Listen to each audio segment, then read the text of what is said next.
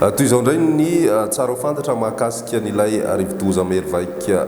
gejany amin'izao fotoana ifampiresahana zao tany amin'ny 7 ora sasany alina dia niditra tanety ity rivodoza ity any amin'ny distrikany Toamasina iny moa zany no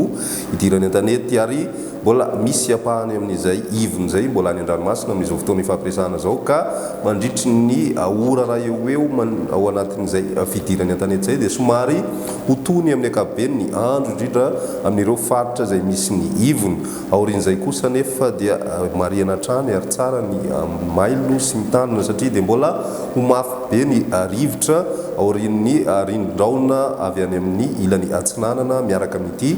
rivodoza ity midika zany fa mbola koa moa ny filazana loza ho an'ireo faritra zay navoarayan'izany amin'ity alina ity izay ny tsara ho fantatra azo ifampizarana amin'izao alina izao miverina aminao ety any moa zay raha ohatra ka manam-baovao mahakasika an'ity rivodoza merivaika gejany ity.